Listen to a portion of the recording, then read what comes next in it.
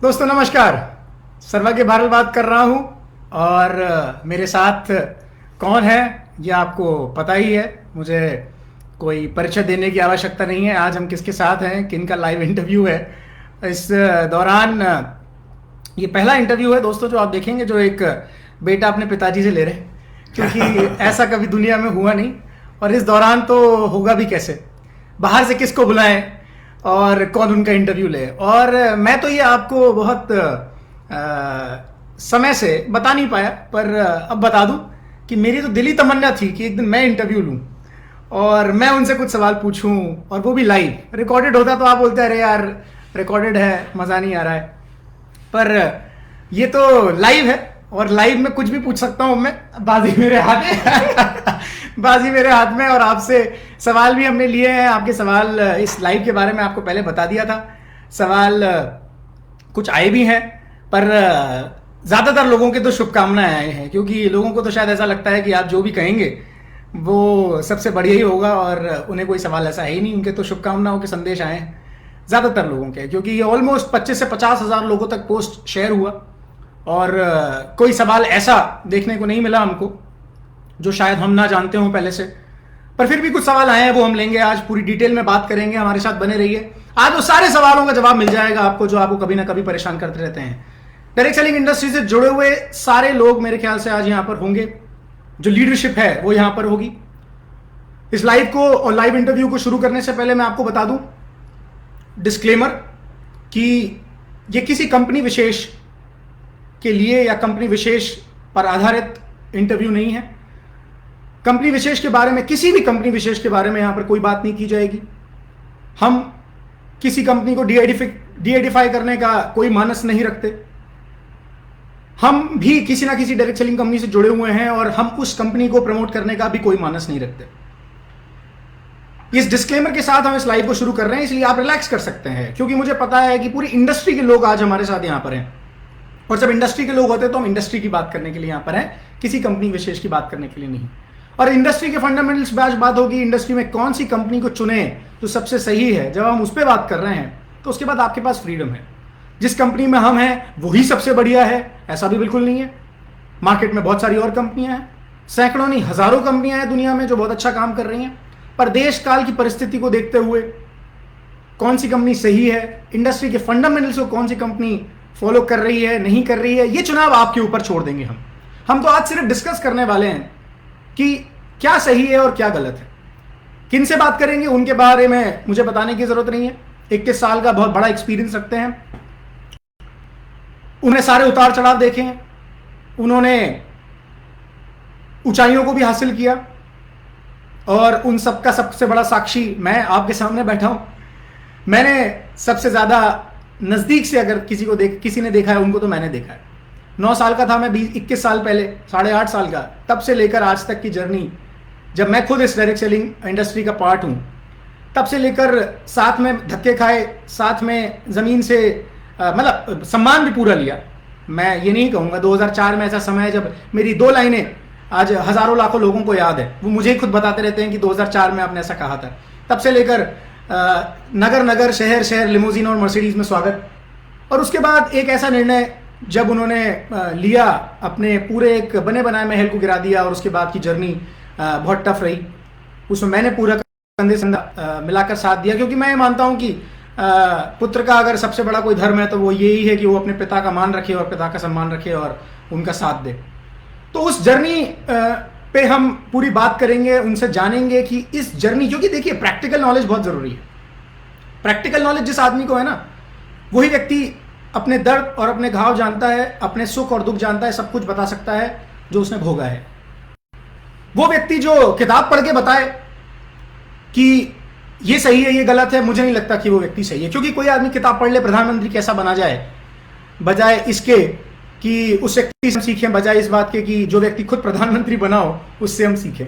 तो आज वही समय है जब हम जो व्यक्ति ने खुद who's been there, who's done that, उनसे हम जान रहे हैं कि कैसे चुने एक सही कंपनी डायरेक्ट सेलिंग के अंदर। इस लाइव को करने की आवश्यकता क्या पड़ी, सबसे पहले तो मैं ये भी बता दूं अगले 1 मिनट के अंदर।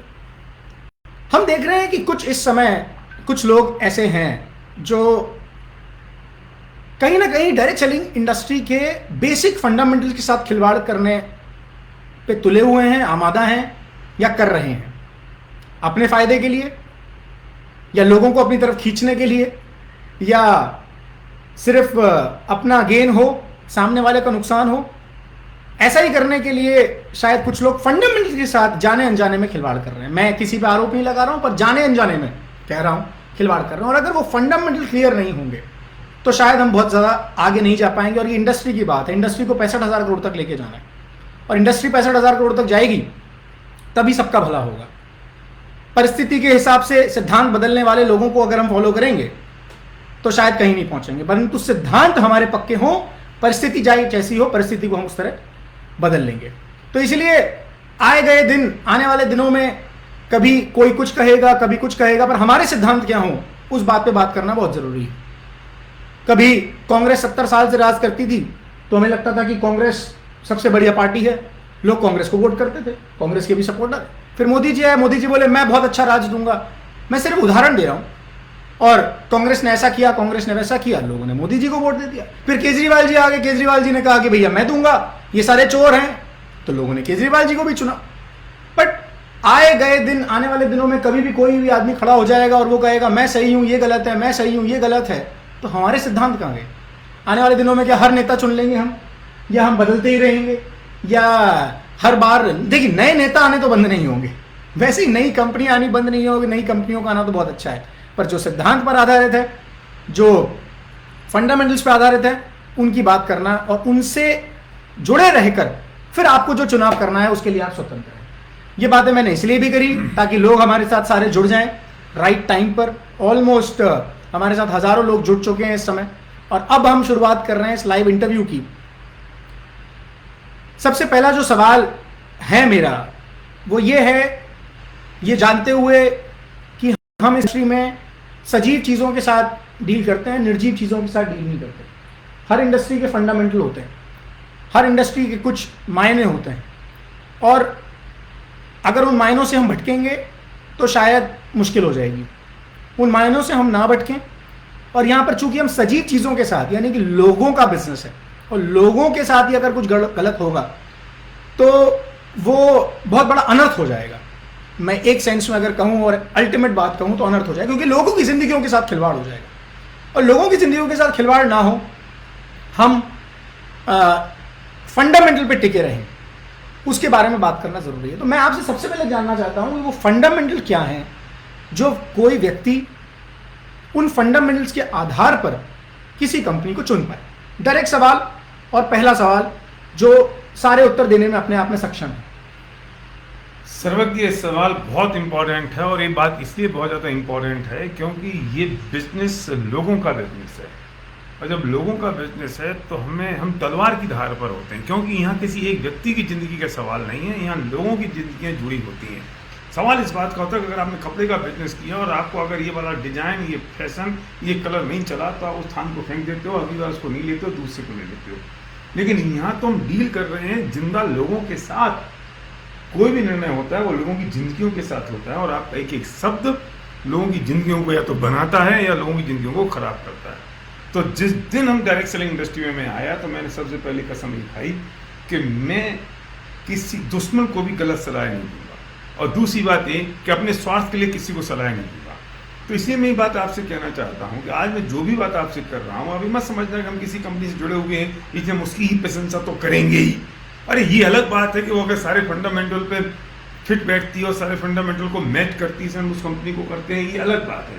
कि हम तो आपसे भी ओपन ऑफर करते हैं ना कि वो जो मैं फंडामेंटल की हम बात कर रहे हैं वो जो फॉलो करे हम उसके साथ काम से करें ना। तो इम्पोर्टेंट है कि उन फंडामेंटल को कौन पूरा कर रहा है। डायरेक्ट सेलिंग कंपनी एक पूरा पैकेज होता है, और डायरेक्ट सेलिंग इंडस्ट्री में अगर हम काम कर रहे होते हैं तो एक पूरा पैकेज है, वो एक चीज़ पे डिसाइड नहीं होता। लोग एक एक चीज़ पे डिसाइड कर लेते हैं। लोग ऐसे डिसाइड कर लेते हैं कि यहाँ पे साबुन 5 रुपये महंगी, वहाँ 5 रुपये सस्ती है, वहाँ पे 10 रुपये महंगी, वहाँ 20 रुपये सस्ती है, और यहाँ 5 रुपये तेल महंगा है, वहाँ 2 रुपये सस्ता है, और वहाँ पे 10 रुपये महंगा है। तो उससे डिसाइड कर लेते हैं कि हमें कौन सी कंपनी में जाना चाहिए, हमें क्या काम करना चाहिए। लोग इस बात से डिसाइड कर लेते हैं अपनी ज़िंदगी कि यहाँ पे 2 लाख बनानी पड़ती हूँ, 6 बनानी पड़ती हूँ, 10 बनानी पड़ती हूँ, 1 बनानी पड़ती हूँ, वीकली पैसा आता है, वहाँ मंथली पैसा आता है, वहाँ पे बोनस आता है, इन सब चीज़ों से डिसीजन नहीं होते हैं। नहीं तो सबसे सस्ते प्रोडक्ट्स ही चलेंगे बाजार में, ये मान लें, या तो यही तो समस्या है, इस एक चीज़ से डिसाइड नहीं होता ना। हम वो व्यक्ति हैं कि जब हमने 99 में इंडस्ट्री में आए तो हमें समझ में आता था कि यार दुनिया में एक ही कंपनी होती है, एक ही धंधा होता है, दूसरी चीज़ ही नहीं होती है, और यही सब कुछ है। और 99 से लेके हमने 2011 तक वो काम किया, 2012 के बाद छोड़ा, हम दूसरी कंपनी में गए, वो कंपनी हिंदुस्तान छोड़ के चली गई। मतलब तजुर्बा बहुत बड़ा है, और जब तजुर्बा बहुत बड़ा, इसे कहते हैं ना कि आप अनुभव से सीखते हो, और जब आप सीख जाते हो तो वही अनुभव आपके काम आता है। सही। तो जो फेलियर आदमी होगा वही आपको सक्सेस प्रिंसिपल सिखा पाएगा। अब जो सक्सेसफुल होगा सीधा सीधा ऐसा ग्राफ जा रहा होगा, वो सक्सेस प्रिंसिपल आपको धीरू भाई अंबानी जितने बढ़िया सिखा सकते हैं उतने बढ़िया मुकेश अंबानी नहीं सिखा सकते, वो अनिल अंबानी आज नहीं सिखा सकते क्योंकि वो फेल हो गए हैं। अनिल अंबानी जब दोबारा सक्सेसफुल होंगे तब वो सिखा पाएंगे बेस्ट ऑफ द बेस्ट तरीके से कि यार सही चीज क्या हो सकती है।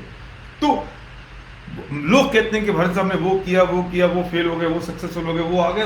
हाँ, वो हमारे लिए, वो हमारे क्रेडेंशियल्स हैं, वो हमारे लिए प्लस पॉइंट रहा।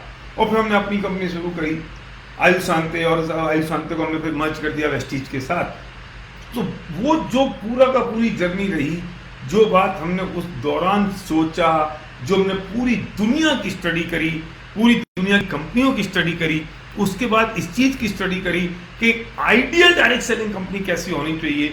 जब आइडियल डायरेक्ट सेलिंग कंपनी के बारे में आपको पता लग जाएगा तो आप ये समझ जाएंगे कि यार मैं कहाँ फिट बैठता हूँ। और फिर मुझे वो काम, इंडस्ट्री बहुत मैच्योर हो गई है, इंडस्ट्री को लगभग 22 साल हो गए हैं हिंदुस्तान में, दुनिया में 125 साल हो गए हैं इसे, और अब 65,000 करोड़ जानी जब इंडस्ट्री KPMG की रिपोर्ट है, तो अब मैच्योरिटी का लेवल तो बिल्कुल पीक पर है, और हर व्यक्ति ने इसे एक्सेप्ट करना शुरू कर दिया है कि अब सही चीज क्या है और गलत क्या है। तो पहली बात तो मैं कहना चाहता हूं कि हमें यह सोचना चाहिए कि जो प्रोडक्ट्स हैं कंपनी के पास वो किस तरह से हैं। 2 तरह के प्रोडक्ट्स होते हैं, एक होता है नीड क्रिएशन, दूसरा होता है रिप्लेसमेंट। एक तो प्रोडक्ट्स मेरे ऐसे हैं कि जो मुझे नीड ही क्रिएट करनी पड़ेगी, मैं आके तुम्हें समझाऊं कि भैया ये 5,000 रुपये की क्रीम ले लो तो एंटी एजिंग हो जाएगी। अब मैं ये नीड क्रिएट करना पड़ेगा, मुझे तुम्हें समझाना पड़ेगा, मुझे समझाना पड़ेगा यार ये सप्लीमेंट ले लो, तुम्हारी जिंदगी में बहुत बड़ा चेंज आ जाएगा। दूसरा ये है कि तुम्हें जो प्रोडक्ट्स यूज कर रहे थे ना, इन प्रोडक्ट्स को रिप्लेस कर दो। तो आसान काम कौन सा है? आसान काम है रिप्लेस करना। तो प्रोडक्ट्स की बकेट ऐसी होनी चाहिए जिसमें प्रोडक्ट्स रिप्लेसमेंट के साथ शुरू करें और हम उसे नीड क्रिएशन पे भले ही ले जाएं। देखो ये वेलनेस इंडस्ट्री है, यहाँ हेल्थ की जरूरत तो होगी, और हेल्थ के प्रोडक्ट्स होते हैं नीड क्रिएशन के, लेकिन जब मैं एंट्री करूं तो मेरा एंट्री पॉइंट जो है वो रिप्लेसमेंट से हो, जिससे आदमी का अच्छा मैं तो कंज्यूमर तो ऑलरेडी हूं और मुझे रिप्लेस करने प्रोडक्ट, मैं अगर रिप्लेस कर दूंगा तो मेरा काम हो जाएगा और मैं बिजनेस करूंगा। धीरे धीरे जब मेरी उससे रिलेशनशिप बनती है, मेरी दोस्ती बनती है, मैं उसको शिफ्ट करता हूं जब कुछ नीड क्रिएशन वाले प्रोडक्ट्स पर जो वास्तव में जरूरी और एसेंशियल है। हिंदुस्तान 125 करोड़ का देश है, 125 करोड़ के देश में मुझे किस तरह के प्रोडक्ट चाहिए? मास है, लोग हैं, दुनिया भर के लोग हैं, तो मुझे ऐसे प्रोडक्ट्स चाहिए जो मासेस के प्रोडक्ट्स हों, क्लासेस के प्रोडक्ट्स नहीं लेंगे। तुम अगर मुझसे कहोगे पापा मुझे अगर एक दुकान खोलनी है तो एक साइकिल की और एक मर्सिडीज की, बोलो मैं किसकी खोलूं? ये यहाँ साइकिल का वॉल्यूम कम होगा लेकिन डिमांड सबसे ज्यादा है क्योंकि ये मासेस की चीज है। तो मुझे उन प्रोडक्ट्स में डील करना पड़ेगा जो मासेस के हों। कुछ लोग होते हैं, कुछ कंपनियां होती हैं जो एक सिंगल प्रोडक्ट्स का, एक सिंगल कंटेंट का प्रोडक्ट्स बना लेती हैं और उसी प्रोडक्ट्स को फिर वो प्रमोट करना शुरू कर देते हैं लाइक एनीथिंग। कुछ लोग होते हैं वो सिर्फ एक ही आइटम पे करते हैं, भैया वजन कम कर लो या वजन बढ़ा लो। कुछ काम करते समय हम एंटी एजिंग पे ही काम करेंगे, कुछ बात करेंगे सब हम ब्यूटी पे ही बात करेंगे। ये ज्यादातर विदेशी कंपनियां ऐसी हैं जो एक सिंगल फील्ड को या सिंगल प्रोडक्ट रेंज को लेकर चलती हैं। हाँ, तो वो तरह का काम नहीं चलेगा ना। उस तरह का अगर काम चलेगा तो हमें वो लोग ढूंढने पड़ेंगे जो वो काम कर रहे हैं। लेकिन मैं 133 करोड़ लोगों तक जाना चाहता हूं, हम मासेस में काम करना चाहते हैं, तो मुझे वो काम करना है जो लोअर मिडिल क्लास के क्या काम आ रहा है सामान, अपर मिडिल क्लास के काम क्या आ रहा है, जो उसके अपर क्लास के लिए क्या काम आ रहा है। हर कैटेगरी के प्रोडक्ट्स आपके पास होने चाहिए, ना कि कुछ एक कैटेगरी के या 5,000 से आपकी रेंज शुरू हो रही है वो आप समझाते फिर रहे हो, फिर लोगों को ढूंढते फिर रहे हो, और वही लोग चाहिए आपको उसी कैटेगरी के। फिर आप अकेले सप्लीमेंट में काम करो तो फिर उन्हीं लोगों को ढूंढना शुरू कर दो। तो प्रोडक्ट्स की जो रेंज है वो इस तरह से होनी चाहिए कि जिसमें मासेस के प्रोडक्ट्स हों, और हर लेवल के लिए बाटा के शोरूम में हर एक जूता हर एक के लिए नहीं होगा, लेकिन हर एक के लिए कोई ना कोई जूता जरूर होगा। अगर आपके पास आपकी प्रोडक्ट्स की बकेट ऐसी है जिसमें हर एक के लिए कोई ना कोई प्रोडक्ट्स है, तो समझ लेना कि आप सही जगह पर हो।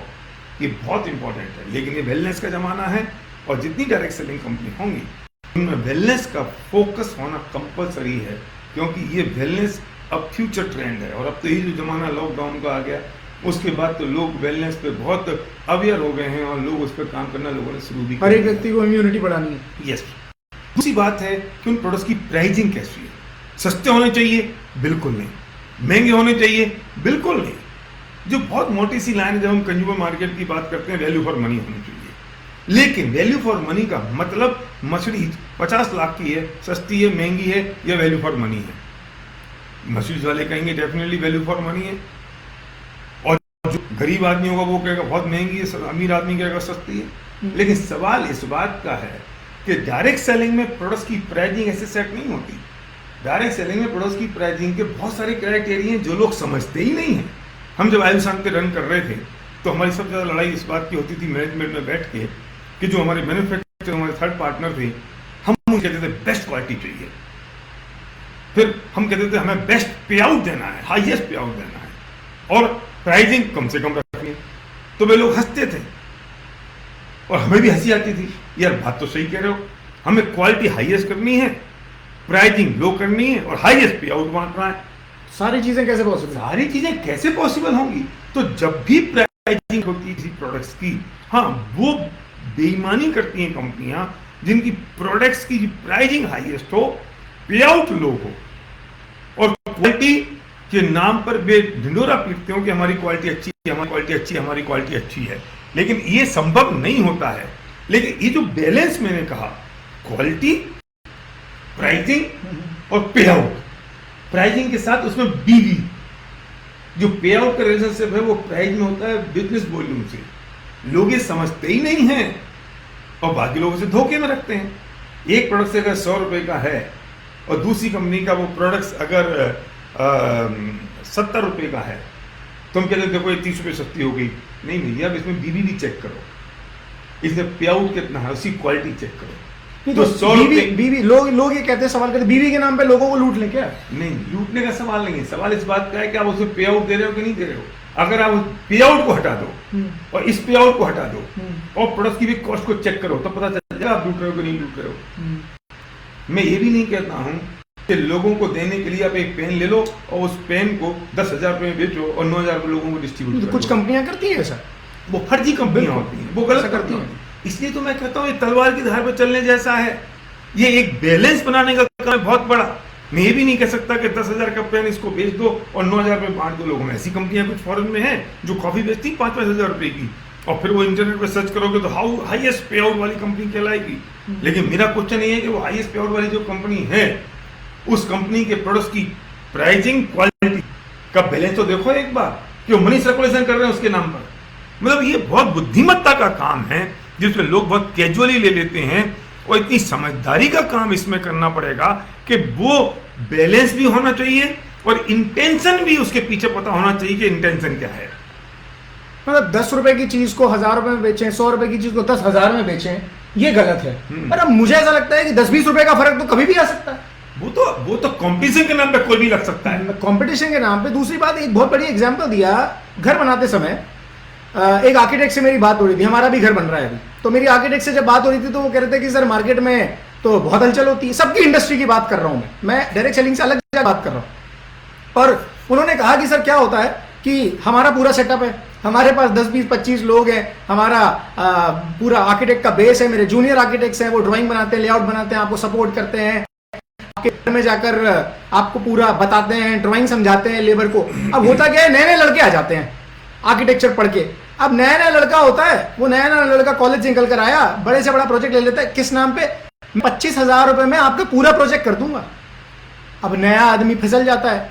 अब किसी को मान लो 100 गज का मकान बनाना है, किसी को 200 गज का मकान बनाना है, खर्चा नहीं करना है, तो वो उसमें फिसल जाए। कि यार 25,000 मेरा पूरा मकान बनाना है और आप तो मुझसे 5 लाख रुपए मांग रहे हो या मुझसे 2 लाख रुपए मांग रहे हो मेरे 100 गज के मकान के, 200 गज के मकान के, पर स्क्वायर फीट आप कर रहे हो। अच्छा, जब 25,000 वाले को डील मिल जाती है तो वो परेशान होता है।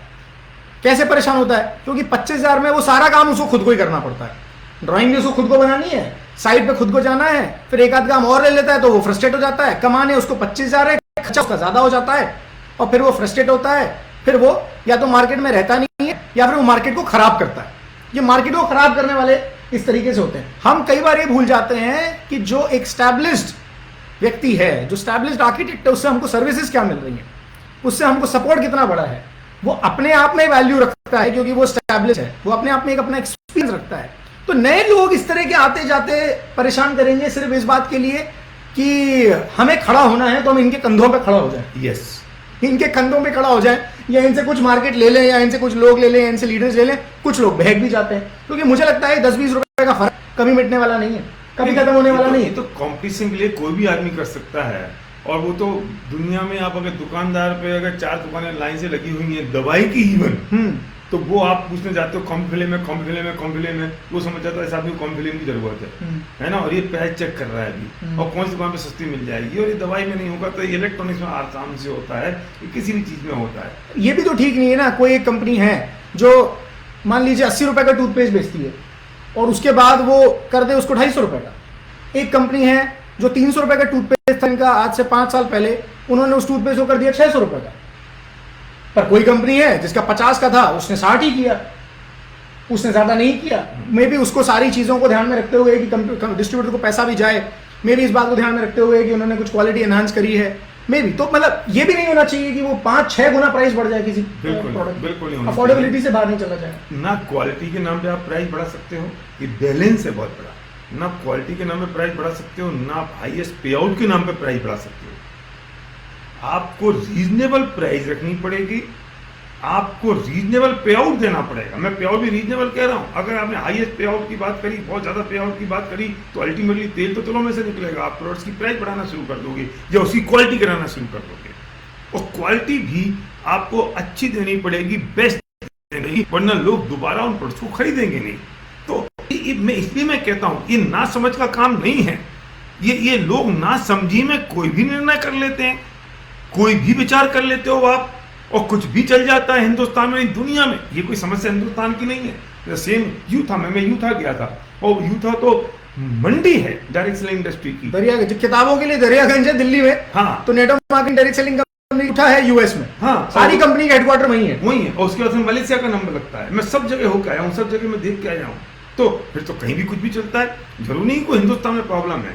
ये तो लोग हैं ना, लोग तो सब जगह एक से होते हैं। और हम कुछ भी सोच के, अब एक कंपनी है, हम तो प्रतिज्ञा करके बैठे कि हमें किसी का नाम नहीं लेना और कभी किसी की बुराई नहीं करनी है। वो सिंगल प्रोडक्ट्स पर ही काम करती है, उसके अपने लोग होते हैं, पॉपुलैरिटी पर काम करते हैं, अपना मार्केट है। तो कौन सही है कौन गलत है इसकी बात हम कतई नहीं कर रहे हैं, ना कभी करेंगे। हम ये बात कह रहे हैं कि भाई मुझे अपनी जिंदगी का मामला है, मुझे अपनी जिंदगी चलानी है, तो मैं क्या काम करूं, मुझे अपनी जिंदगी में अपने सपने पूरे करने हैं, तो मैं कौन से कंपनी को ज्वाइन करूं, किस ढंग से डायरेक्ट सेलिंग करूं, मैं उस बात कर रहा हूं। और हम मुद्दा इस बात का है कि इतनी ये पतली धार है जिसे हर आम आदमी समझ नहीं पाता है, और हमें समझ में 21 साल लग गए हैं। इसलिए मैं कहता हूं कि प्राइसिंग, प्रोडक्ट्स, उसका पे आउट, इन सब का बैलेंस बनाना जरूरी है।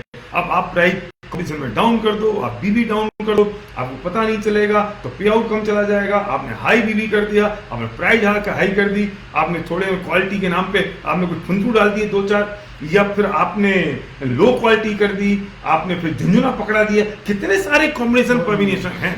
जितनी बाइनरी कंपनियां चला करती हैं, वे क्या करती हैं, उन्होंने एक कोई घड़ी लिया 100 रुपए की और 5,000 रुपए में बेचना शुरू कर दिया। वो कुछ भी बांट सकते हैं, वो कुछ भी बांट सकते हैं। अच्छा, कपड़े का काम चलता था, भीलवाड़ा से कपड़ा बनवा लिया, कपड़े का पैकेज बनवा लिया, 3,000 रुपए में वो कपड़े का पूरा पैकेज बेच रहे हैं, और फिर वन टाइम ले लो और डायरेक्ट सेलिंग हो गई, अब वो डायरेक्ट सेलिंग हो रही है कि मनी सर्कुलेशन हो रहा है, समझ नहीं आता। सरकार को डायरेक्ट सेलिंग का रूल बनाने में सबसे बड़ी समस्या ये है कि कोई भी प्रोडक्ट ला के दे देगा और मनी सर्कुलेशन करेगा उस प्रोडक्ट की आड़ में, और एक कह देगा हमारी डायरेक्ट सेलिंग है। अब सरकार उसे कैसे आइडेंटिफाई करें कि ये रियल है और रियल नहीं है। ये बड़ा सबसे बड़ा मुद्दा है। क्या करें? आप कुछ भी आओ और आप कहते हो ये तो हमारी प्राइस है और हम प्राइस में दे रहे हैं। आप प्राइस कंट्रोल कैसे करेगी सरकार उस बात का? तो ये बहुत बड़ा मुद्दा डायरेक्ट सेलिंग में है और ये मुद्दा आम मार्केट में है, मैं उसकी बात नहीं करता हूं। यहाँ प्रॉब्लम क्या है कि यहाँ पर लोग जुड़े हुए हैं, यहाँ लोग कनेक्टेड है, ये सब थोड़ा समस्या है। और जब लोग कनेक्टेड होते हैं तो वो समस्या खड़ी होती है और वो बड़ा प्रॉब्लम होता है डायरेक्ट सेलिंग को आइडेंटिफाई करते वक्त। हम किस उस पे पहुंच रहे हैं अब? राइट प्रोडक्ट्स में जो हमारा कंक्लूजन निकला, वो कंक्लूजन ये है कि प्राइस, क्वालिटी एंड पे आउट। ओके, तो प्राइस, क्वालिटी, पे आउट का बैलेंस चाहिए। अब आप 2 रुपए की पेंसिल बेचो, बोलो मेरा सबसे सस्ती पेंसिल है, सबसे सस्ती पेंसिल है, तो लोग आपके पास आ जाएं और फिर पेंसिल बेचना शुरू कर दो, पैसे ही नहीं मिले। 10 रुपए की आप चीज बेचो और बोले 10 रुपए सस्ता है, 10 रुपए सस्ता है, 10 रुपए का है, और लोग आपके पास आ जाएं, तो फिर तो ऐसा है कि सबसे सस्ते प्रोडक्ट्स वाली डायरेक्ट सेलिंग कंपनी चलेगी दुनिया में और फिर कोई और डायरेक्ट सेलिंग चल ही नहीं सकती। तो इसलिए प्राइस, क्वालिटी एंड पे आउट, तो इन तीनों पे हम कंक्लूजन पे निकल रहे हैं प्रोडक्ट्स को लेकर। अब आती है बात रेंज ऑफ प्रोडक्ट। मतलब मासेस के प्रोडक्ट चाहिए, क्लासेस के ही सिर्फ हो प्रोडक्ट्स, ऐसा नहीं चलेगा। बिल्कुल इन राइट चीजों, 3 चीजों का बैलेंस देखें और उसके बाद निर्णय लें प्रोडक्ट्स के आधार पर। ओवर वैल्यू नहीं होना चाहिए, प्रोडक्ट्स की प्राइसिंग ओवर वैल्यू नहीं हो, जो लोगों की रीच में ही नहीं हो। हम किन लोगों को ढूंढेंगे? हम तो ये कहते हैं डायरेक्ट सेलिंग का मतलब कि सड़क पर निकल जाओ, जो आदमी टकरा जाए वो आपका प्रॉस्पेक्ट है, जो आदमी दिखाई दे रहा है वो आपका प्रॉस्पेक्ट है, क्योंकि आपके पास हर एक के लिए हर प्रोडक्ट है। शर्त ये है कि उसके पास सपने होने चाहिए, शर्त है कि उसके पास कुछ ड्रीम होने चाहिए, शर्त है कि वो कुछ करने का जज्बा रखना चाहिए। और फिर वो रखने का जज्बा है, लेकिन आप इस वजह से उसके पास नहीं कर पा रहे हो क्योंकि आपकी जो मिनिमम प्रोडक्ट्स की प्राइस है वो तो है ही 2000 रुपए की। तो अब वो फिर आपने तो क्या डायरेक्ट सेलिंग करी? तो ये कॉम्बिनेशन बहुत बड़ा है और इसकी बहुत डीप स्टडी की जरूरत पड़ती है। किसी भी आदमी को पूरी रिसर्च की जरूरत पड़ती है किसी व्यक्ति को, तब कहीं वो उस निष्कर्ष पर पहुंच पाता है। चाहे वो कंपनी ओनर हो, कंपनी खोल लेते हैं लोग, तजुर्बा नहीं होता, क्या करेंगे? कंपनी खोलना बहुत आसान है, बहुत आसान है। कंपनी खोल लेते हैं ऐसे लोग जो कभी डिस्ट्रीब्यूटर रहे होंगे, वो कंपनी खोल लेते हैं। कंपनी खोल लेते हैं ऐसे लोग जो कोई ट्रेडिशनल बिजनेस कर रहे होते हैं और वो कहते हैं कि हमें कंपनी खोलनी है, ये शुरू कर देते हैं। डायरेक्ट सेलिंग का डी नहीं पता होता, डायरेक्ट सेलिंग का डी नहीं पता होता है। कंपनी खोल लेते हैं ऐसे लोग जो नए एंटरप्रेन्योर हैं, उनको अपने प्रोडक्ट्स बेचने हैं, वो खोल लेते हैं। कोई वेल्दी बंदा हो, वो अपना पैसा लगा देता है, उसे पता नहीं है कि डायरेक्ट सेलिंग में काम कैसे चलता है, उसने जिंदगी में कभी प्लान नहीं दिखाया, उसे जिंदगी में कभी होम मीटिंग नहीं करी, और वो पैसा लगा के किसी आदमी को बिठा दे कि आप कंपनी चलो। ऐसा हमारे साथ भी हुआ और हमने तजुर्बा है ये हमारा, कि जो हमारे बड़े फाइनेंशियल पार्टनर थे वो बड़े आयु शांति में जो बिजनेसमैन थे, पर उन्होंने डायरेक्ट सेलिंग के बारे में नहीं पता था और वो तो सिर्फ पैसा लगाने वाले थे। और अल्टीमेटली उनको जब समझ में नहीं आया धंधा, तो उन्होंने हाथ खींचने की कोशिश करी। तो फिर हमें कोई ना कोई एक सेफ रास्ता निकालना था और वो रास्ता हमने निकाला। तो इसीलिए ये भी बड़ा एक इशू है कि जब आप किसके हाथ में अपनी जिंदगी की बागडोर दे रहे हो, सबसे पहले ये तो चेक करो, ये चेक करना। नेता, हमारा नेता कैसा हो, वो तो चुनो। वो चुनते नहीं है और लाखा चल रहा है, अंधी दौड़ में चल रहे हैं कि कोई जैसा आपने कहा कि कोई एक बात को पकड़ ली और उस बात को नहीं ये बढ़िया। बोले नहीं, कल केजरीवाल अच्छा कह रहा था, आज मोदी जी अच्छा कह रहे हैं, कल केजरीवाल को वोट दिया, आज इसको वोट देंगे, रुकेगा कहाँ? रोज चलते रहो, रोज नए नेता होंगे, रोज नए वोट मांगेंगे। बिल्कुल। मेरे पास, तुम्हें पता है, परसों एक फोन आया था और वो कह रहा था कि सर मुझे एक डायरेक्ट सेलिंग कंपनी शुरू करनी है, तो भारत साहब मुझे कंसल्टेशन दे देंगे क्या? तो मैंने कहा जरूर दे देंगे, पर मेरा चार्ज होगा, सिर्फ मैं उनको कंसल्टेशन दूंगा 7 दिन के लिए और मेरा चार्ज होगा 10 लाख रुपए। तो सर्वर में से बोला आप दोगे उसे कंसल्टेशन और आप 10 लाख रुपए चार्ज करोगे? मैंने कहा हाँ, मैं उसे सबसे पहली सलाह ये दूंगा कि तू डायरेक्ट सेलिंग कंपनी मत खोल और तू अगर खोलेगा तो ये तकलीफें आएंगी। तो ये हंसने लगा। मैंने कहा भैया, सलाह देने का मतलब थोड़ी है कि वो जो कर रहा है मैं उसकी हाँ में हाँ मिलाऊं, और 10 लाख रुपए में अगर वो टूट जाए तो करोड़ों के नुकसान से बच जाएगा ना। तो 10 लाख में सलाह दे दी। अगर वकील के पास जाओ और वकील आपसे कहे कि भैया मैं 1 लाख रुपए लूंगा, 1 लाख रुपए लेके कहते भाई साहब एक केस मत करो वरना भाग जाओगे, तो वो सलाह सही है कि गलत है? सही। तो इसलिए हम तो वो सब कर के बैठे हैं तजुर्बेकार हैं, इसलिए आपको वो सलाह और देने की बात कर रहे हैं, वो बताने की बात कर रहे हैं। इंपॉर्टेंट पॉइंट कि जब डायरेक्ट सेलिंग को आप यूज करो तो दूसरा मुद्दा होता है सेल्स एंड मार्केटिंग प्लान।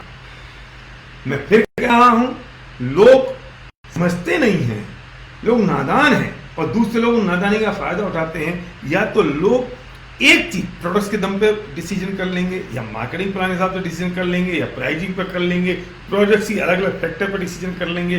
वो नहीं होना चाहिए, ये पूरा पैकेज है। अब सेल्स एंड मार्केटिंग प्लान की मैं अगर बात करूं तो प्लान लॉन्ग टर्म है या शॉर्ट टर्म है, ये बात समझनी पड़ेगी।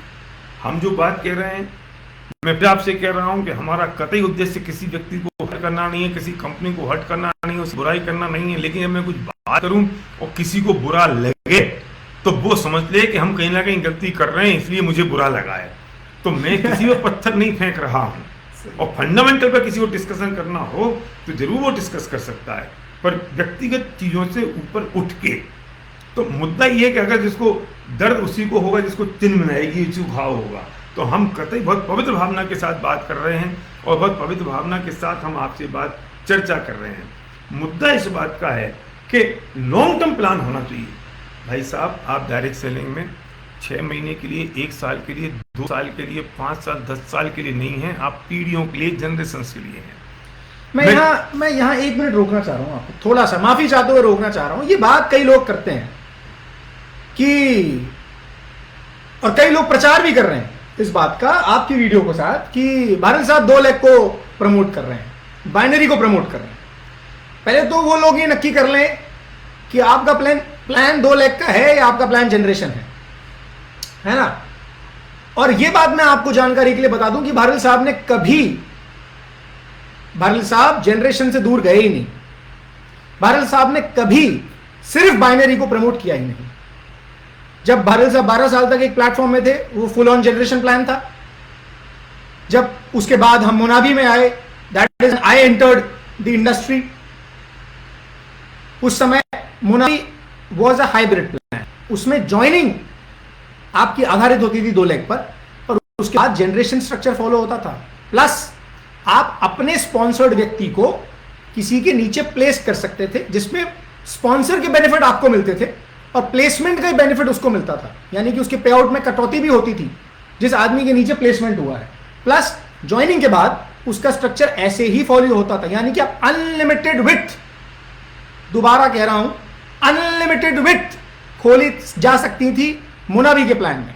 और उसके बाद जब हमने अपनी कंपनी शुरू करी आयुशांते में भी हाइब्रिड प्लान था, यानी कि ज्वाइनिंग का आधार होता था 2 लाख, पर उसके बाद अनलिमिटेड विड्थ जीवन भर तक आप जितनी 16 नहीं, 20 नहीं, 25 नहीं, 50, 100, 200, 500 विड्थ आप खोल सकते थे। और उसमें भी हर लेवल पे 5%, मुझे याद है क्योंकि मैं उसका पार्ट था, मैंने खुद अपने इनपुट्स दिए प्लान के डिजाइन होने के दौरान। तो इसलिए भारत साहब पे ये आरोप लगाना, उन्होंने कभी बाइनरी को प्रमोट किया, कृपया करके ये ना करें। ना उन्होंने कभी बाइनरी को प्रमोट किया, ना करेंगे। वो जनरेशन पे आधा था। वीडियो में तो कोई भी किसी का बना ले और उसमें फिर 4 एडिट मार ले और फिर 2 मिनट का उतना ही दिखाए, आगे पीछे का ना दिखाए। क्योंकि जब 12 साल के बाद वो प्लेटफॉर्म को छोड़ा था, जो लगभग 60 साल पुराना प्लान है, जिसमें डिस्ट्रीब्यूशन का लेवल कम है, जिसमें जो मेंटेनेंस है वो 6-6 महीने, 8-8 महीने की हो, जिसमें एक फिक्स्ड वॉल्यूम हो, जिसमें कोई स्केल का भी चक्कर हो, इतने सारे चक्कर के बाद उस प्लान का कंपैरिजन है वो। इसलिए कृपया करके पुराने वीडियो से भ्रमित ना हो। भारत साहब को अब हम प्लान के बारे में बात करते हैं। दूसरा पॉइंट ये है कि वो प्लान पीढ़ियों के बिजनेस की बात करते हैं, और मैं आपके सामने सबसे बड़ा उदाहरण हूँ कि हमारी नेक्स्ट जनरेशन इस बिजनेस में है जो इस वक्त मेरा इंटरव्यू ले रही है।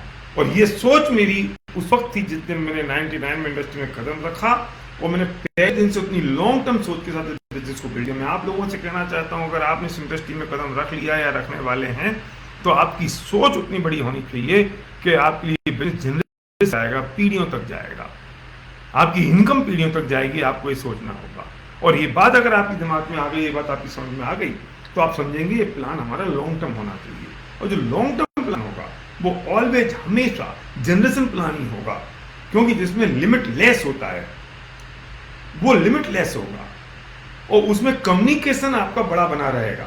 लोग कहते हैं कि 2 लाख बहुत आसान होती हैं क्योंकि 2 लोगों को स्पॉन्सर करना पड़ता है। या मुझे धरती पे कोई एक इंसान बताओ जिसकी 10-20-25 लाख रुपए महीने की इनकम आ रही हो और उसने दुनिया में सिर्फ 2 ही लोगों को स्पॉन्सर किया हो।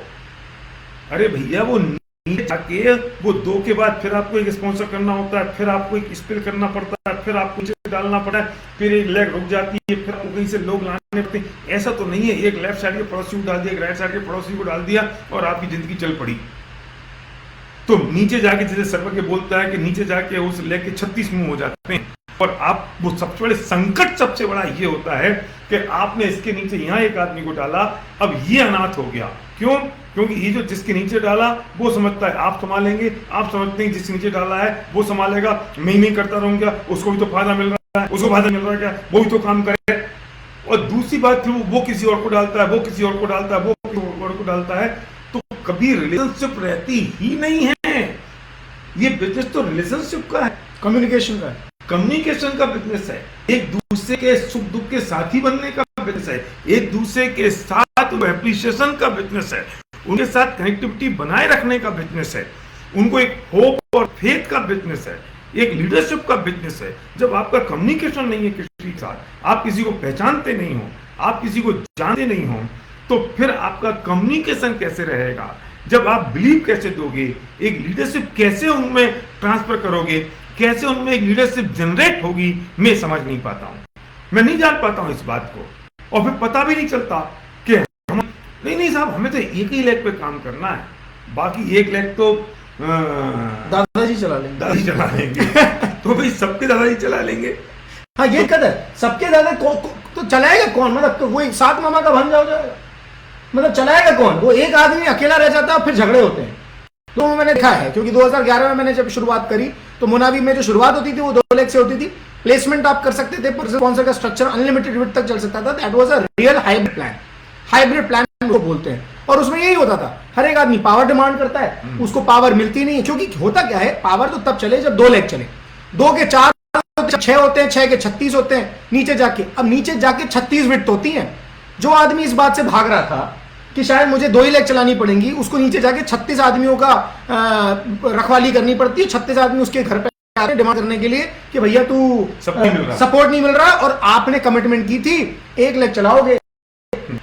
तो वो पता चलता है कि उसको 2 लेग के चक्कर में 36 बच्चे पालने पड़ रहे हैं। आज तक धरती पे किसी आदमी की पावर लेग का टंटा कभी खत्म नहीं हुआ। जो लोग कहते हैं कि हम आ जाओ पावर लेग देंगे, उनने मान लो आपको पावर कह दिया, दे दिया।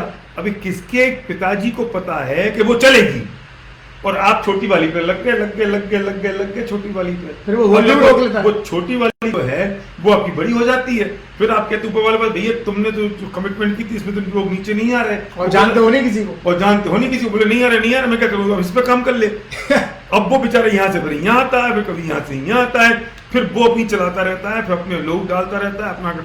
दिखने में वो इतना बड़ा इल्यूजन है, और वो अगर यही हो जाए तो मैं सच कह रहा हूं कि अगर आप एक्सेल शीट पे प्लान बनाओ और आपको पता चल जाएगा कि अगर जो पैसा आप बांट रहे हैं एक पेयर पर, तो उसका 8 गुना पैसा आपको रिजर्व करके रखना है। एक बाइनरी प्लान में अगर आप 8 गुना पैसा रिजर्व करके नहीं रखते हैं और कभी मैचिंग होगी तो कंपनी के रिजर्व में से पैसा चला जाता है और कंपनी पूरी बिक जाए तो ही पैसा नहीं चुका पाती।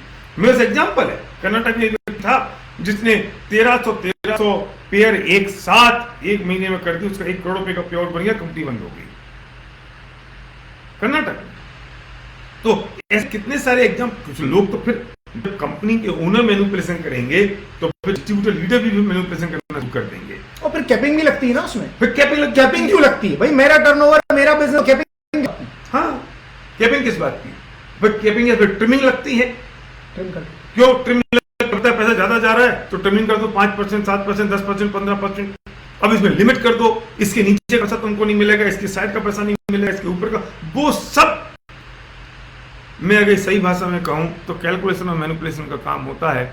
और लोग इस भ्रम में आ जाते हैं, अरे तुम क्यों डरते हो काम करने से? तुम्हें लोग अगर डायरेक्ट सेलिंग में पैसा कमाना है तो एक बात समझ लेना कि आपको लोग स्पॉन्सर करने पड़ेंगे, आपको स्पॉन्सर करने पड़ेंगे।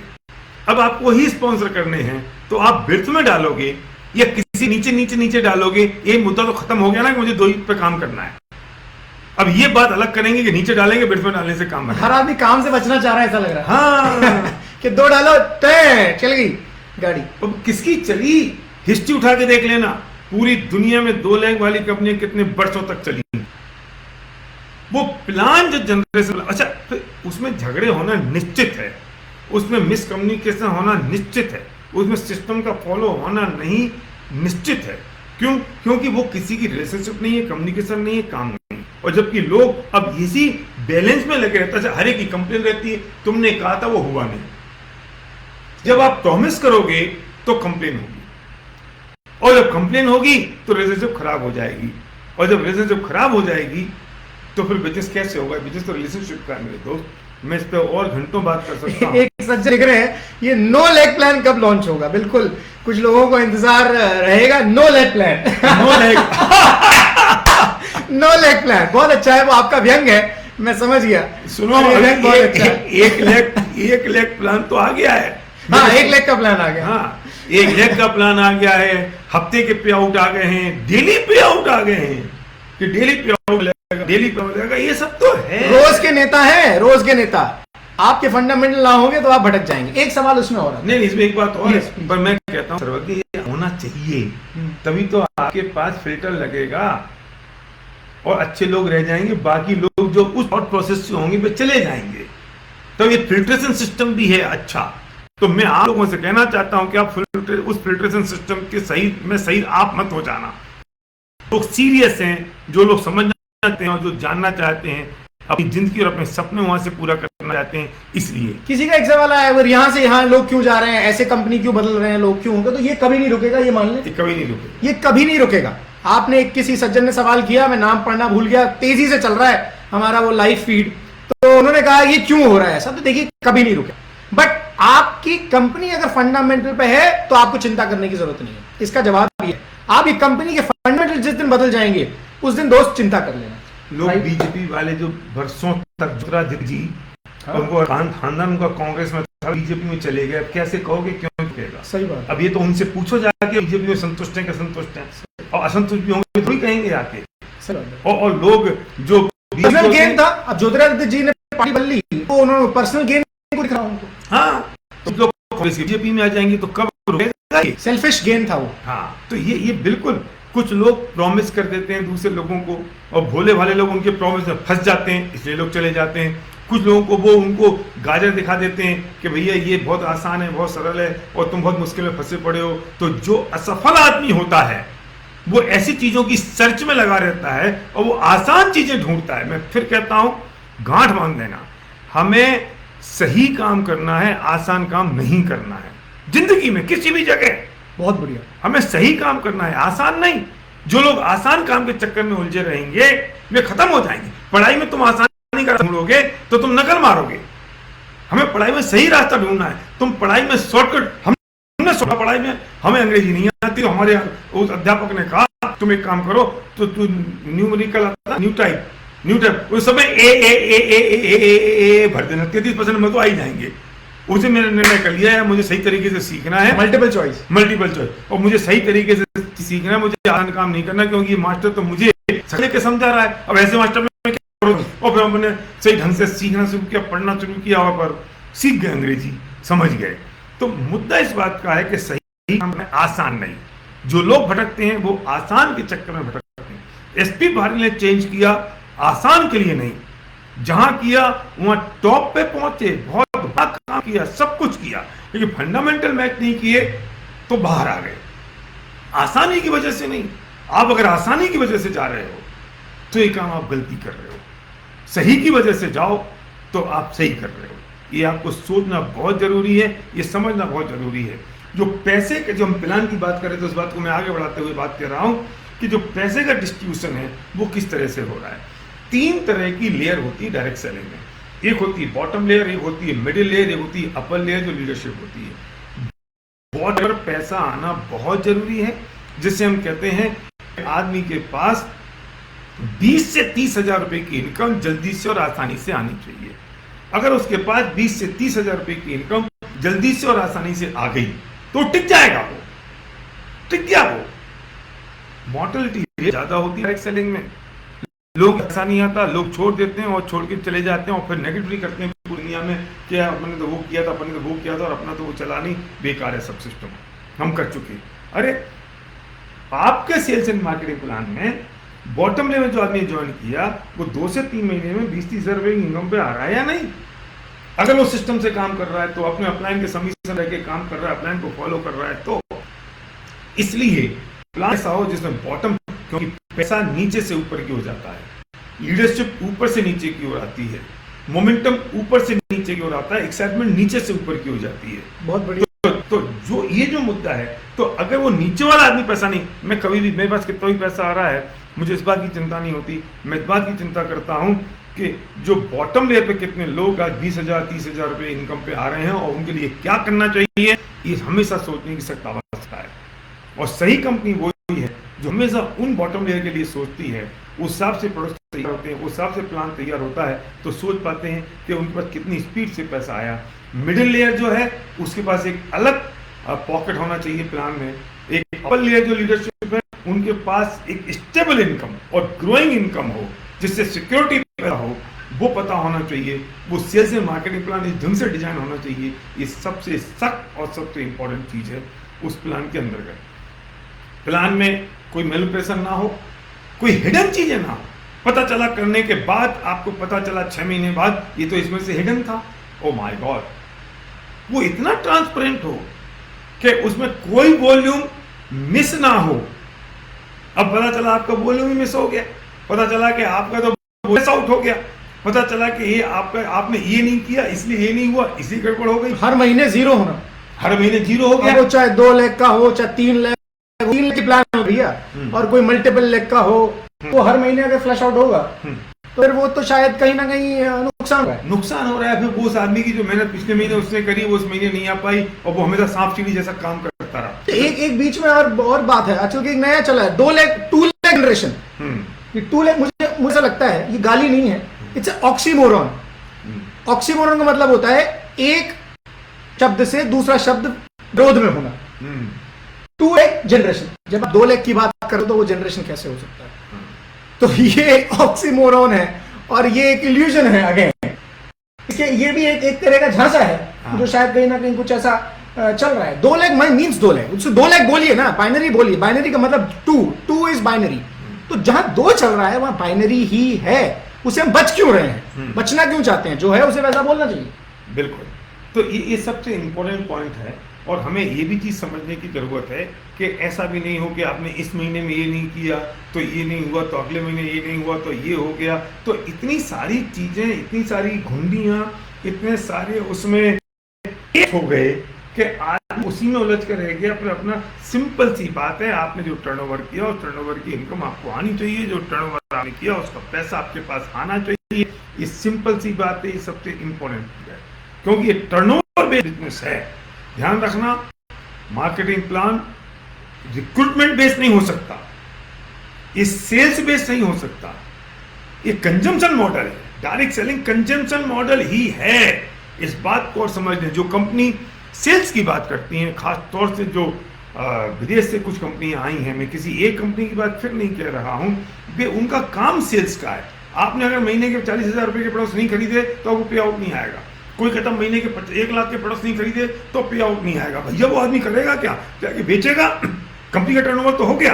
रिपर्चेज होती है ना 50,000 की रिपर्चेज। हाँ, कब तक?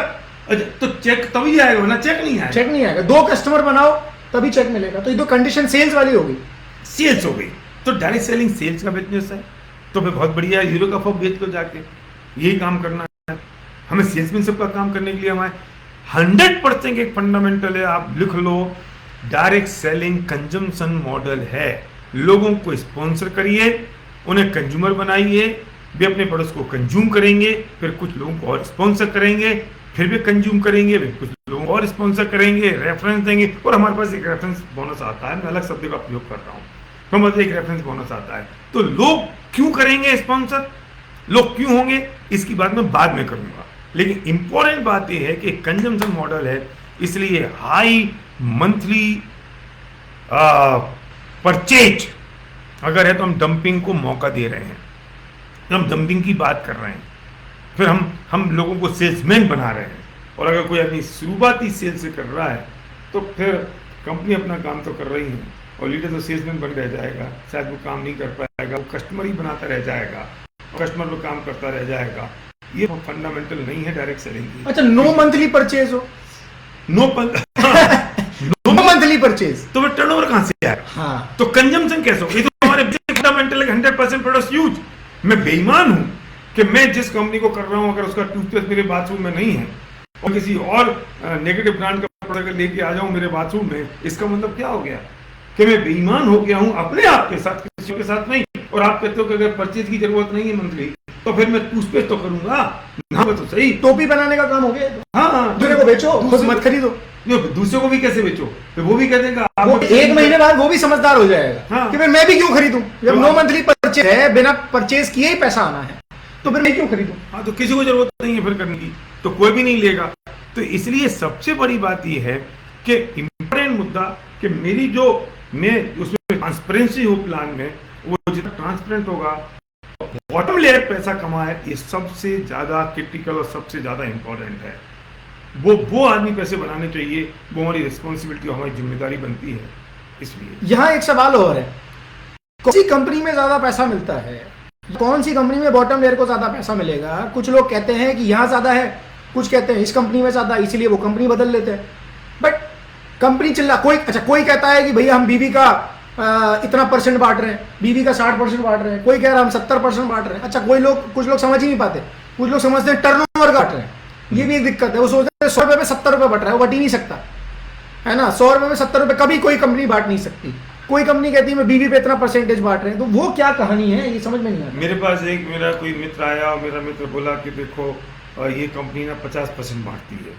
तो मैं कहता हूँ कि अच्छा 50% बांट रही है? बोले हाँ, टर्नओवर को 50% बांट रही है। मैंने कहा ओके, बिजनेस वॉल्यूम को? बोले बिजनेस वॉल्यूम को 50% बांटे। उस भाई को तो ये पता नहीं था कि बिजनेस वॉल्यूम में और टर्नओवर में क्या फर्क है। फिर मैंने पूछा कि एक बार बताओ कि इसका बीवी कितना परसेंट है?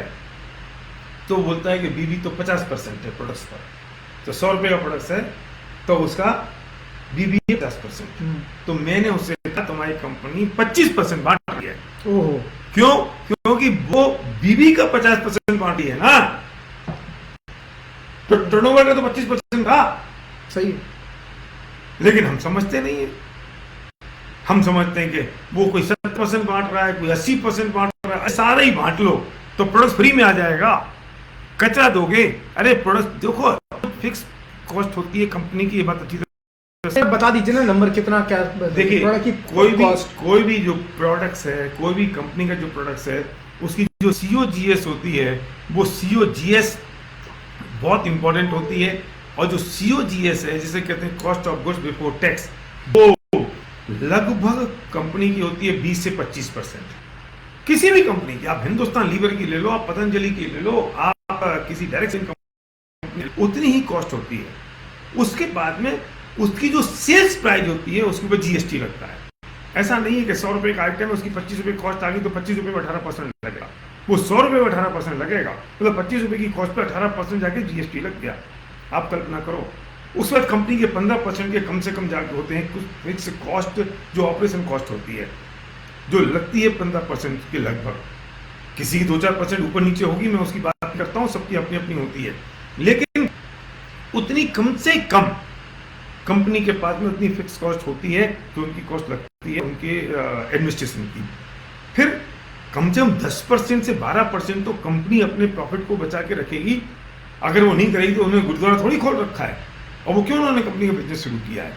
और उसके बाद वो लगभग बढ़िया कंपनी अगर डिस्ट्रीब्यूट करेंगी तो 35 से 38-40% के आसपास वो डिस्ट्रीब्यूट करेंगी आपको पैसा। अगर आप एक टोटल हिसाब लगा लोगे तो 100 रुपए के हमारे की प्रोडक्ट्स को 100 रुपए में जो प्रोडक्ट बच रहा है, इस ढंग से भी तो ये पैसा हो गया। अब कहते हो कि हमने तो मान दिया 70%, तो कहां से आओगे? या तो आप प्रोडक्ट की क्वालिटी गिराओगे, या आपने उसमें से और कोई उपाय आपके पास है नहीं। आप कैसे कर सकते हो कि हमने इतना % बांट दिया? तो ये सब चीजें बहुत हाथ पे रखे आंवले की तरह बहुत स्पष्ट होती हैं। इसमें कोई ये इंफॉर्मेशन एज है। आपको हवाई जहाज कैसे बनाना है जाके गूगल लो, आपको पता चल जाएगा हवाई जहाज कैसे बनता है। आपको कहाँ मिलेगा हवाई जहाज खरीदना है, अभी गूगल कर लो, आपको पता चल जाएगा हवाई जहाज कहाँ मिलेगा। वो जमाने गए जब हमने शुरुआत की थी, वो जमाने चले गए, हमें पता भी नहीं था कौन सी चीज कहाँ कैसी होती है। तब तो हमारे मोबाइल भी नहीं थे 99 में, हम तो लैंडलाइन पर हमने सारा बिजनेस खड़ा किया। अब तो इंफॉर्मेशन ही है, अब सबको सब कुछ पता है, उनको कौन सी साबुन चाहिए, कहाँ बनती है, कितने की बनती है, क्या होता है, सब कुछ पता लग सकता है। इसलिए आंखें और नाक खोल के कंपनियों को भी काम करना पड़ेगा। दुर्भाग्य ये है कि कुछ कंपनियां ऐसी हैं जिन्होंने लीडर्स की जिंदगी को तबाह किया है, और कुछ लीडरशिप ऐसी है जिन्होंने अपने आप को खराब किया है। तो ये दोनों लोगों को सतर्क होने की जरूरत है। अगर इस इंडस्ट्री को बहुत बड़ा बनाना, इस इंडस्ट्री में इतनी बड़ी ताकत है दोस्त, हम हिंदुस्तान जीडीपी को बड़ा कर सकते हैं। इस वक्त जब पूरा देश और दुनिया त्राही कर रही है, ये डायरेक्ट सेलिंग इंडस्ट्री है जो इस वक्त बड़ी हो सकती है, कमा सकते हैं, और आप पूरी दुनिया में कहीं भी जा सकते हैं और बहुत बड़ा काम कर सकते हैं और इतिहास बना सकते हैं और लोगों के सपनों को पूरा कर सकते हैं। इस इंडस्ट्री में वो ताकत है। इसलिए मैं कहता हूँ जो इंडस्ट्री है, इंडस्ट्रीज जो हैं, जो ओनर हैं, बेस द्वारा ध्यान रखें कि लोगों के साथ खिलवाड़ ना हो। जो लीडरशिप है वो इस बात का ख्याल रखे कि लोगों के साथ खिलवाड़ ना हो।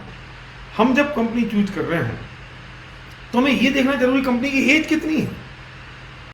अरे भाई साहब, स्टैटिस्टिक्स ये कहते हैं कि 5 से 7 साल में मैक्सिमम बिजनेस बंद हो जाते हैं। I am not talking about the direct selling, कोई भी बिजनेस। हम तो हमारी जिंदगी जुड़ी है। मैं नई कंपनी आई, लोग कहते हैं अरे अरे अरे तो नई कंपनी है ना, वहां चलो।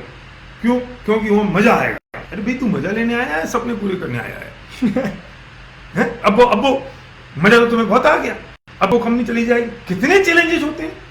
मुझे वो चाहिए जो एस्टेब्लिश्ड हो। मैं ऐसे नाई के पास नहीं जाना चाहता हूं जो बाल मेरे सिर पर बनाना सीखे। मैं उस नाई से अपने बाल बनवाऊंगा जो बाल बनाना जानता है, मैंने देख लिया है, उसको तजुर्बा हो गया, 2, 5, 10 साल से वो 10 साल से बाल बना रहा है। हम कंपनी की एज तो कितने चैलेंजेस होंगे उसे हमारे सिर पर फूटे। फाइनेंशियल चैलेंज होगा, लॉजिस्टिक का चैलेंज होगा, प्रोडक्ट का चैलेंज होगा, प्लान का चैलेंज होगा, एम्प्लॉय का चैलेंज होगा, आपस में पार्टनरशिप का चैलेंज होगा, उनके पास पैसों का डिस्ट्रीब्यूशन का चैलेंज होगा, फाइनेंशियल चैलेंज होगा, दुनिया भर का।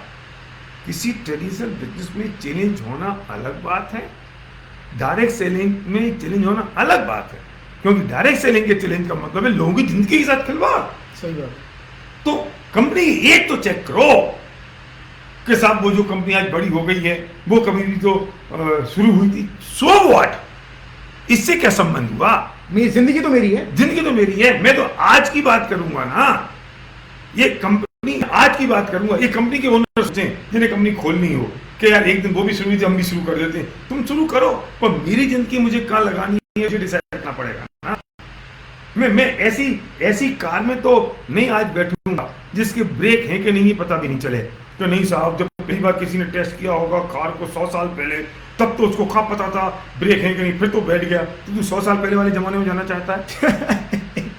जब इंडस्ट्री 10,000 करोड़ की हो गई है तब की बात कर रहे हो कि तब की बात कर रहे हो जब हम 100 साल पहले क्या हुआ था? अल्टीमेटली घर तो मेरे पैसों से चलेगा, मेरे एक सेटल्ड होने से चलेगा, मेरी इज्जत होनी चाहिए समाज में, मेरी पत्नी के बीच में, मेरे बच्चों के बीच में। और मैं दिक्कत आपने बहुत अच्छी बात कही। मैं आपको पापा ने जब 99 में शुरुआत करी एमवे की, तो आई एम सॉरी कंपनी नाम नहीं लेना चाहिए था, पर आप सबको पता है। तो उन्होंने जा के प्रोडक्ट्स अपनी गाड़ियों में भरे, दिल्ली जाते थे, फिर डिलीवर करते थे। पापा ने बाद में ये बात कही कि इस चीज के लिए मुझे कोई नोबेल पुरस्कार नहीं मिला। ये मैंने कंपनी के साथ जो मैंने पैसा बहाया उसको स्टैब्लिश करने के लिए, उसके लिए मुझे किसी ने नोबेल पुरस्कार मिला? मुझे तो वही चेक मिला जो मिलना था, मुझे वही जो मिलना था। तो इससे अच्छा ये है कि हम एक स्टैब्लिश कंपनी जिसने सारे साइकिल्स देख लिए हों अपनी, जिसने वो फेज भी देख लिया हो जब स्टैब्लिशमेंट का फेज होता है, जिसने जो स्टैब्लिश हो गई है, उसका पाइपलाइन पूरी बिछ गई है, सपोर्ट सिस्टम पूरा बिछ गया है, कंपनी में अपने आप को सेटल करने से हम 2 या 3 साल के अंदर वो सफलता प्राप्त कर सकते हैं जो शायद हम अपनी जिंदगी के लिए मानते हैं और उस पाना चाहते हैं। पर यही दिक्कत हो जाती है कि कोई एक नया क्रेज, जिसे कहते हैं ना, नया नेता आया है बाजार, तो नए नेता के पीछे लग जाओ, लगता है कि हम भी साथ में निकल लेंगे। वो निकल क्या, पूरे निकल लेता मामला। बिल्कुल सही बात है, ये बिल्कुल हम इस कंक्लूजन निकल रहे हैं किसी भी प्लान में दोस्तों, या तो ये चेक करने की जरूरत है कि बीवी कितना परसेंटेज बट रहा है, और ये देखने की जरूरत नहीं कि कंपनी कितना पैसा बांट रही है, ये देखने की जरूरत है कि कितना पैसा बट रहा है। हम बांटने के चक्कर में चले जाते हैं और फिर बटता नहीं है, मिलता नहीं है, तो फिर हम बोलते हैं यार ये तो मैंने सोचा ही नहीं, ये दिक्कत हो जाती है। तो इसीलिए ये देखना जरूरी है कि बट कितना रहा है, कंपनी बांट कितना रही है, ये मत देखिए। और इसलिए मैं ये कह सकता हूं अच्छी कंपनी, कोई अच्छी कंपनी, पे आउट देने वाली कंपनी ऑलमोस्ट 30 में बांटेगी, कोई 32%, कोई 35%, कोई 36%, 37, 38%, ये तो हाईएस्ट पॉसिबिलिटी होगी। मुझे नहीं लगता कि ये पॉसिबल है अनटिल प्रोडक्ट की प्राइस बहुत ज्यादा एग्जॉर्बिटेंट हो, यानी कि 40% से ज्यादा अगर कोई बांटने का दावा कर रहा है टर्नओवर पे, तो प्रोडक्ट की प्राइस क्वालिटी गिर जाएगी। 30 में अगर वो है, 30 में, तो 30 का एक आइडियल फिगर है, 35 और 40 के बीच में कह लें, या 32 से 36 के बीच में कह लें, वो आइडियल फिगर है। उससे ज्यादा पैसा नहीं बढ़ सकता किसी भी कंपनी में, तो ये इल्यूजन है, लोग बांटते ही नहीं, इतना पैसा बढ़ता ही नहीं, बढ़ जाए तो पता नहीं क्या आ जाए। Please next. दूसरी बात है कि credibility of the company cheque करने की जरूरत है, कंपनी की क्या क्रेडिबिलिटी है, क्या क्रेडेंशियल्स है, उन्हें क्या काम अब तक हिस्ट्री में किया। ये क्रेडिबिलिटी अब तब चेक करोगे जब कंपनी एज पे आप ध्यान दोगे, जब वो पता चलेगा कि ये 10 साल से कंपनी काम कर रही है, तब तो आप इन सब चीजों पर ध्यान दे पाओगे। आपको ध्यान देना होगा कि कंपनी का अपना सिस्टम कितना स्ट्रॉन्ग और कितना पावरफुल है, कंपनी के फंडामेंटल्स कितने इंपॉर्टेंट हैं, कंपनी के जो ओनर्स हैं उनका थॉट प्रोसेस और उनका विजन कितना स्ट्रॉन्ग है।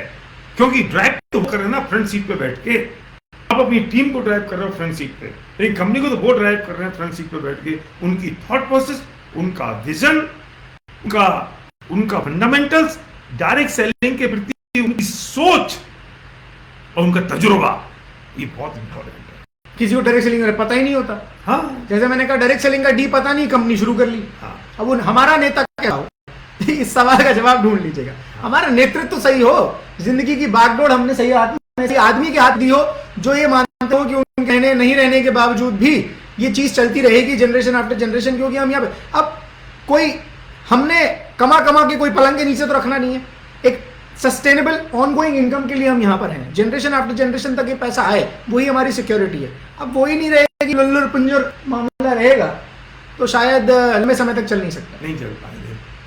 फाइनेंशियल हेल्थ कैसी है कंपनी की, बहुत इंपॉर्टेंट है। फिर मैं कहता हूँ जिंदगियों का सवाल है, कंपनी कर्जे में तो नहीं चल रही है, ये आपको देखना जरूरी है। और एक लॉन्ग टर्म सक्सेस स्टोरीज कितनी है, एक व्यक्ति की नहीं, सीरीज ऑफ द स्टोरी चाहिए। अरे एक आदमी की इनकम तो कहीं भी कैसे भी कभी भी आ जाती है, लेकिन सीरीज चाहिए मुझे चाहिए वो एक आम आदमी से लेकर 50 आदमी तक इनकम मुझे चाहिए, एक व्यक्ति की नहीं। मुझे ये सीरीज कि कितने सारे लोग कितना ऐसा बना रहे हैं। एक आदमी का झंझुना जाके आप दिखाओ, एक आदमी के बारे में दिखा के पूरे सबको उसी से मोटिवेट करते रहो, आप ऐसा कैसे मान सकते हो। मुझे याद है आयुष शांति में ये बात आई थी, और आयुष शांति में पापा ने यही कहा था जब कि हमने शुरुआत की थी कंपनी की, कि हमारे पास सबसे बड़ा चैलेंज है, सक्सेस स्टोरी नहीं है। और अगर सक्सेस स्टोरी आएगी भी तो 5 साल में 1 आएगी, 2 आएगी। हम ज्यादा से ज्यादा लोगों का फेथ कैसे गेन कर पाएंगे कि हाँ प्लान काम करता है, ये चीज काम करती है। सक्सेस स्टोरी बहुत जरूरी है, और सक्सेस स्टोरी मिलती है 10 साल के फिगर उसमें टाइम पीरियड में, 12 साल के टाइम पीरियड में, तभी कोई व्यक्ति आप पे भरोसा कर सकता है। और सक्सेस सीरीज चाहिए, ज्यादा से ज्यादा लोग पैसा बना रहे हैं वो प्रूव हो जाए। 1-2 आदमी तो हरे बनाएंगे, क्योंकि टॉप में कोई जो आदमी होगा और वो आदमी अगर सब कुछ ठीक बैठ गया मामला, तो वो तो कर लेगा। बिल्कुल सही बात, वो किसी भी तरीके से हो सकता है। ऐसे एग्जांपल हमारे बहुत, कुछ लोग उल्टे भी सोचते हैं, अरे यार इस कंपनी को तो चलते हुए 10 साल हो गया, अब यहाँ कोई मजा नहीं है, कुछ जवाब मजा ले लो। अब ये क्या पागलपन की सोच है, कोई नई कंपनी को खड़ा करो।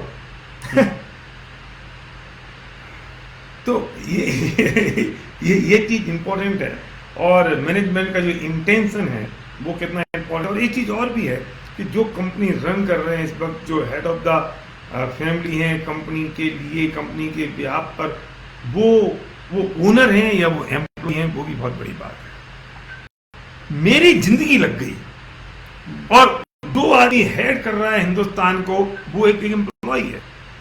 मुझे यहाँ थोड़ा सा झटका है, क्योंकि वो उनको तो जॉब मिल रही है। मेरी जिंदगी, मेरे बिजनेस के आगे बढ़ने से, मेरे बिजनेस के कम होने से उनको क्या फर्क पड़ रहा है। अगर ऐसा हो रहा है तो फिर हमारी पार्टनरशिप तो बिगड़। Direct selling is a partnership between the company and the leadership, एक पार्टनरशिप है। और ये पार्टनरशिप तभी काम करती है जब दोनों के इंटरेस्ट और दोनों की वर्किंग एक सी हो। अब दोनों के इंटरेस्ट कैसे हो, अब वो तो कोई कर रहा है जॉब पे फोकस और किसी मेरी जिंदगी लगी पड़ी है, तो ये काम कैसे होगा। मैं चाहूंगा कि एक ऐसी डायरेक्ट सेलिंग कंपनी होनी चाहिए जिसमें इन्वॉल्वमेंट ओनरशिप ओनर का हो और वो इस बात की चिंता करते हो कि अगर मेरा बिजनेस डाउन रहा है उन्हें इसकी चिंता हो, मेरा बिजनेस बढ़ रहा है तो उसकी चिंता उन्हें हो, खुशी उन्हें हो। तो ये बहुत इंपॉर्टेंट है। बेसिक फंडामेंटल कंपनी के ओनर्स के क्रिस्टल क्लियर है या नहीं है, ये बहुत इंपॉर्टेंट है। उनकी जो कैपेसिटी है वो कितनी इंपॉर्टेंट है, उनकी कैपेबिलिटी इंपॉर्टेंट है, उनका एक्सपीरियंस बहुत इंपॉर्टेंट है, उनका जो बैकग्राउंड है वो कितना बड़ा है, उनको कैसा है, उनका जो विजन है वो कैसा है, और दूसरी बात उनका फोकस इस डायरेक्ट सेलिंग पे कैसा है। ये कोई बड़ा business house direct selling company खोल ले, अब उसे तो कोई फर्क ही नहीं पड़ता। अरे डायरेक्ट सेलिंग कंपनी उनके 10,000 करोड़ की भी हो गई तो क्या, क्योंकि 1 लाख करोड़ का उनका दूसरा बिजनेस है, और यहाँ तो एक एक आदमी की जिंदगी जुड़ी हुई है। अब यहाँ चले चले नहीं चले, कल भी बंद कर दें।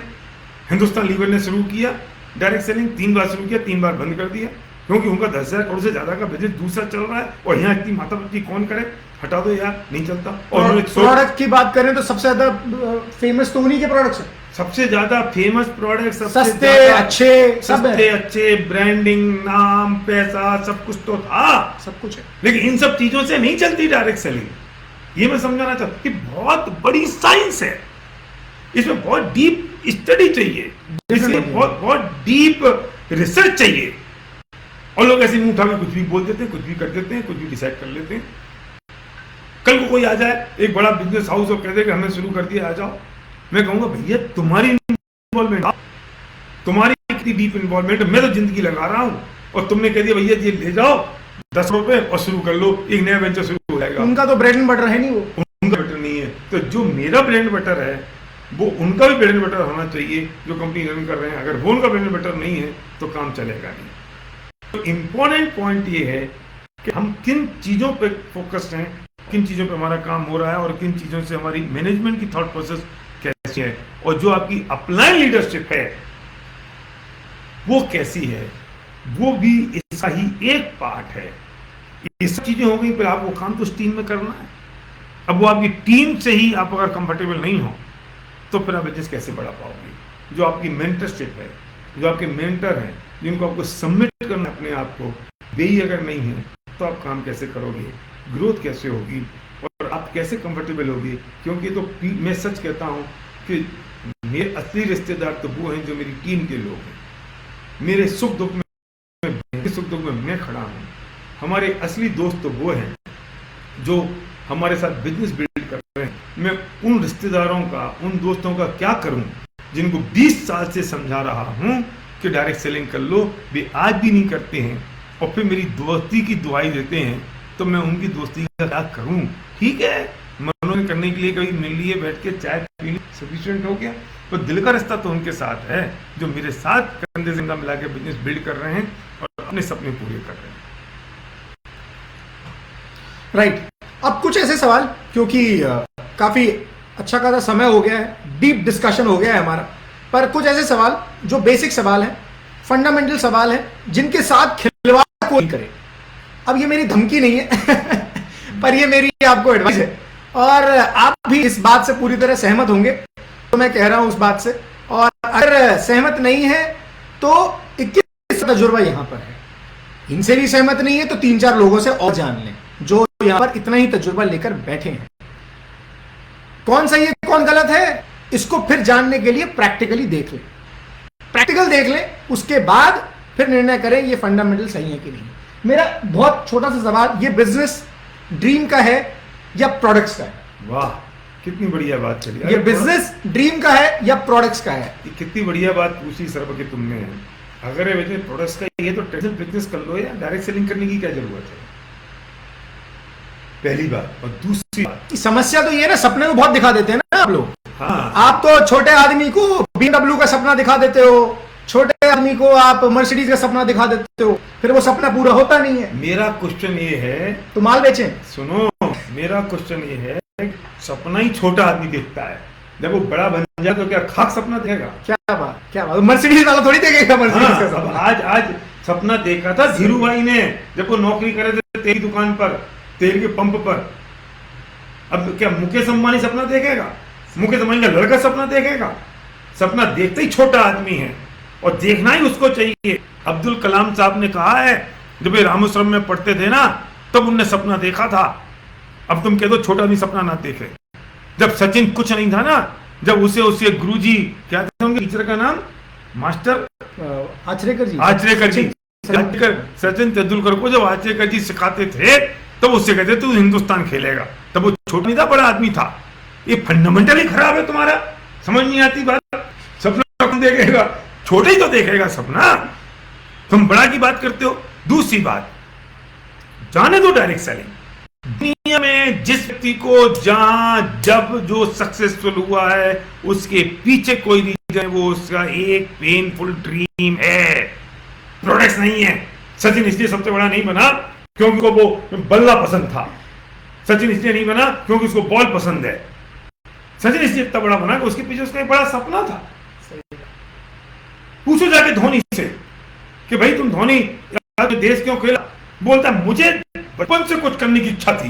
उसे थोड़ी तो कहला कि मुझे बचपन से बॉल बहुत पसंद थी। Ball is the product. अरे उसने सपनों को पूरा करने के लिए बैट और बॉल जैसे प्रोडक्ट्स को यूज किया। क्या बात है। धीरू भाई अंबानी को हिंदुस्तान का नंबर 1 अमीर आदमी बनना था, तो उन्होंने विमल को, पेट्रोकेमिकल को और मोबाइल जैसे प्रोडक्ट को यूज किए बड़ा आदमी बनने के लिए। प्रोडक्ट तो हमेशा यूज होंगे आपके सपनों के लिए। आप किसी भी फील्ड में कहीं भी आप सोचो तो सही। अमिताभ बच्चन से पूछो, अमिताभ बच्चन कैसे बने? बचपन से मेरी तमन्ना थी कि लोग मुझे जाने पहचाने, मेरा नाम हो, मैं फिल्मों में जाऊं। अब प्रोडक्ट तो कौन सा है? जंजीर है। जंजीर के लिए आया था क्या? वो नाचना प्रोडक्ट है। वो डांस के लिए आया था क्या? तो उसे जो करना पड़ेगा वो करेगा। विलेन का रोल दे दो, मत दे दो, जो करवाना है करवा दो। लता मंगेशकर ने कभी ये नहीं कहा कि मुझे हारमोनियम बहुत पसंद था इसलिए मैंने गाना शुरू कर दिया। मतलब आप दुनिया में नक्की तो करो। ये ऐसा ड्रीम का टॉपिक है, ये पापा का फेवरेट टॉपिक है, और मैंने गलत पॉइंट दे दिया है। तो ये मतलब ये सब सिस्टम से हिल जाएगा, क्योंकि ये पॉइंट ही ऐसा है जो पापा हमेशा इस बात पे बात करते हैं कि मैक्सिमम वीडियोस पापा की आप देखेंगे ड्रीम पर होगी। ड्रीम पर बात करना, ड्रीम एक्सरसाइज करना लोगों की, आप उसमें मास्टर हैं। मतलब मैं इसलिए कहता हूं कि तुम बिजनेस की शुरुआत कर रहे हो, कोई भी व्यक्ति, मैं तुम्हारे पास आया कि भाई साहब मेरा टूथपेस्ट ले लो, तुम क्यों लोगे? फिर मैं तुम्हें बताता हूँ सस्ता इसलिए लूं, हाँ? अच्छा इसलिए लूं, तो ऐसा तो बाजार में हो रहा है। मैं कंपटीशन में उलझ गया ना। मैं जो प्रोडक्ट इस्तेमाल करता हूं जिस कंपनी का, सबको बता दूं, वो मैं इसलिए इस्तेमाल नहीं करता कि वो अच्छा है। अच्छा तो है ही, उसे इसलिए इस्तेमाल करता हूं क्यों? क्योंकि उसको यूज करने से मेरी मर्सिडीज की किस्त जाती है। हाँ? मेरे घर में पैसा आता है, मुझे पैसा खर्च करने में वहीं से मिलता है, क्योंकि मैं उसको यूज करता हूं और फिर प्रमोट करता हूं। अरे मेरे घर में ही हुआ ना पंगा, सुन लो ना। तुम्हारे पास कोई जवाब हो तो तुम लो। सर्वक की शादी हुई, चेरी घर में आई, और वो घर में आती मेरे से बोलती अगले दिन सुबह, शादी सुबह, कि पापा मुझे तो लाल रंग का ट्रांसपेरेंट वाला टूथपेस्ट करती आ रही हूँ मैं पिछले 20 साल से, मुझे तो वो ही चाहिए। अब जवाब दे दो उसको, तुम समझा दो। नहीं दुल्हन आई है घर में कि नहीं वो नहीं लेते, हम क्यों नहीं लेते? ये अच्छा है, वो उससे अच्छा है, ये कंपेयर करें। ये नहीं, ये सस्ता है, इसमें सस्ता है। हाँ सस्ता है, ये बोले या ये बोले कि इसमें नींव है, इसमें इलायची है, इसमें लौंग है। हाँ क्या बोले, कहें एक ही बात। इधर आ, उसे बोला इधर आ। वो आई, मैंने कहा सुन, कल रात तू विदा होके मर्सिडीज में आई है ना, वो इस टूथपेस्ट में से निकली है, इसलिए ये करना, काम खत्म। उससे मुझे आज तक नहीं कहना पड़ा कुछ उससे। अब आप समझा लो की बात करो, प्राइस का कंपैरिजन बताते रहो। What is the reason? आपको दुनिया जो ट्रेडिशनल बिजनेस में जो कंपटीशन के दौर में फंसना है, तो लोग आपके प्रोडक्ट्स को क्यों यूज करेंगे? वही ले लेंगे ना। भी आज तक 25 साल से ले रहे थे, उनके कौन सा फर्क पड़ेगा, कौन सी इनकम आ गई, कौन से सपने पूरे हो गए? हम बात ये कहते हैं कि आज तक जो आप प्रोडक्ट्स यूज कर रहे थे उससे सपने पूरे नहीं हुए, इन प्रोडक्ट्स को यूज करोगे, सपने पूरे हो जाएंगे। हो गया काम। हम कहते हैं प्रोडक्ट्स का बिजनेस है। सुन लो एक बात और बहुत इंपॉर्टेंट, ट्रेडिशनल मार्केट में हम लोगों को यूज करते हैं प्रोडक्ट्स के लिए। ट्रेडिशनल बिजनेस वाले लोग लोगों को हायर करते हैं, सेल्समैन बनाते हैं, उनसे कहते हैं तुम्हें जाके बेचो, इतना बेचोगे तुम्हें इतनी सेल मिल जाएगी, इतना साल में इतना प्रॉफिट मिल जाएगा, इतनी चीज मिलेगी। कुछ डायरेक्ट सेलिंग कंपनी से भी ऐसे शुरू कर दिया है। कुछ डायरेक्ट सेलिंग करनी तो ट्रेडिशनल माल पे फोकस्ड है, माल बेचो, प्रोडक्ट प्रमोट करो, तो डायरेक्ट सेलिंग नहीं है, उनके एडवर्टाइजमेंट भी आते हैं। वो सेल्स कंपनी। और डायरेक्ट सेलिंग, किसी ने विराट कोहली को ले रखा एडवर्टाइजमेंट के लिए, हाँ, अब वो पैसा विराट कोहली को दे रहे, वो जो पैसा डिस्ट्रीब्यूटर का हक है वो विराट कोहली लेके जा रहा है। हम डायरेक्ट सेलिंग में एक ही बात कहते हैं कि आपको लोगों के सपनों पे काम करना है और लोगों के लिए इन प्रोडक्ट्स को यूज करना है। उल्टा हो गई कहानी, वहां हमें लोगों को यूज करना है प्रोडक्ट्स के लिए, यहां हम प्रोडक्ट्स को यूज कर रहे हैं लोगों के लिए। सही बात, ये फंडामेंटल गलत है। तो हम लोगों के सपनों के लिए काम कर रहे हैं, हम लोगों की जिंदगियां उससे बदल रही हैं। और आप कहते हो कि हमारा तो हम डायरेक्ट सेलिंग का मतलब तो प्रोडक्ट सपने की बात बहुत होगी। अरे तुम्हें एसपी वाले का विरोध करना है तो फंडामेंटल का विरोध तो मत करो यार। तो मेरा विरोध करना किसी और चीज से कर लो, मैं लंबा हूं, मैं पतला हूं, मैं मोटा हूं, मैं काला हूं, मैं कुछ ही बोल लो, मैंने 300 करोड़ खा लिए, ये बोल लो, मैंने कुछ और क्या बोलोगे मुझे पता ही नहीं है तुम क्या बोल सकते हो। लेकिन फंडामेंटल से खिलवाड़ तो मत करो। उस फंडामेंटल के खिलवाड़ से न जाने कितने लोगों का नुकसान हो जाएगा। लोगों को तो समस्या है, भारत साहब बदले तो ठीक, हाँ, हम बदले तो पाप। हाँ, ऐसा क्यों भैया? भारत साहब ने हमेशा फंडामेंटल पर रहते हुए बदला। जब भी बदला एक ही बार तो बदला, एक बार ही, हाँ एक ही बार बदला यार, एक ही बार तो बदला। और वो फंडामेंटल को रहते हुए बदला, फंडामेंटल की वजह से बदला। इस वजह से नहीं बदला कि वो आसान था, ये सस्ता था, ये महंगा था, ये अच्छा था, ये बुरा था, और मैंने आज तक किसी की कभी कोई बुराई नहीं करी। इसलिए ठीक है, वो कर रहे हैं अपना काम कर रहे हैं, अच्छा काम कर रहे हैं, हम कर रहे हैं अपना अच्छा काम कर रहे हैं। हमारी ट्यूनी नहीं बैठी कोई बात नहीं भैया। पति पत्नी की नहीं बैठती, हम क्या करते हैं उसमें? कोई की नहीं बैठती है तो क्या कर लोगे? अड़ोसी पड़ोसी की नहीं बैठती है तो क्या करेंगे? तो ठीक है, नहीं बैठी, फंडामेंटल की बात है। दूसरा एक सवाल, अपॉर्चुनिटी की बात करें या प्रोडक्ट से शुरू करें? जब हम सपनों की बात करते हैं तो अपॉर्चुनिटी की बात करनी होगी।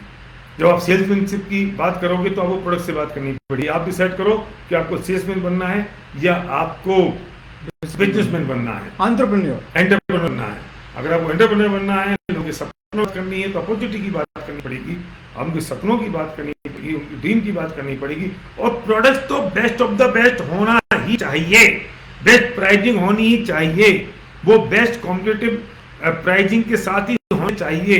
और वो सब काम कंपनी का होता है। वो company best of the best तरीके से, अच्छी कंपनी उस पर ध्यान देती ही है और उनको देना चाहिए। ये हमारा काम क्या है वो हमें देखने की जरूरत है। जब आप सपनों की बात करोगे तो प्रोडक्ट तो ऑटोमेटिकली कंज्यूम होगा ही, क्योंकि भैया सपने उससे पूरे होने। तू कौन सा नेगेटिव ब्रांड काम में लेके आ रहा है? तुझे यही काम में लेने पड़ेंगे, यही यूज करने पड़ेंगे। फिर वो क्या कहता है, जब अपने पूरे होंगे तो ठीक है। अब मेरे को फिर तो इसका मतलब ये हो गया कि मैं इतना सा टूथपेस्ट लगाता था, मैं इतना सा लगा लूं, ज्यादा पीपी होंगे, सब लोग पीपी करेंगे, सबके जल्दी सपने होंगे। तू डिसाइड कर। एक जो बात है, जो सवाल है वो ये है कि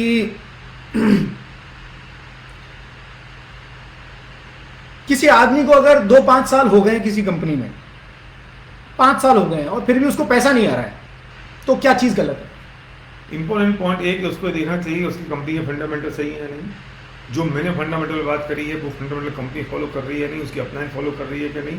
फिर उसको ये देखना चाहिए कि वो सिस्टम में रह के काम कर रहा है या नहीं।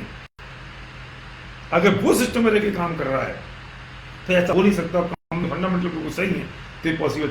लोगों की, जो लोगों 2-4 साल हो गए और पैसा नहीं आ रहा है, वो सबसे पहले जाके चेक करें उनके सपने क्या हैं। राइट, वे अभी वास्तव में धोखा दे रहे हैं अपने आप को। उनमें वो पैशन क्रिएट नहीं हुआ है, उनमें जुनून पैदा नहीं हुआ।